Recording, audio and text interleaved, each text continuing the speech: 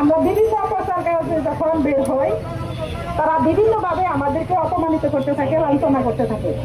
কিন্তু অত্যন্ত দুঃখের বিষয় জানানো যাইতেছে যে গতকালকে তারা সরাসরি আমাদের বোনদের গায়ে হাত দিয়েছে।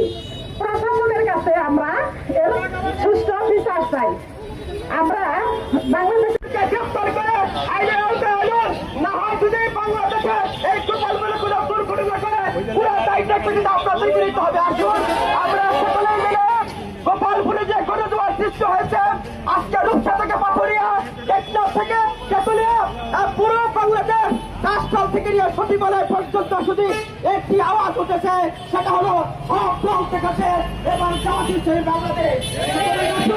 আগামী দিনে আমরা আলকোহলের বাংলাদেশ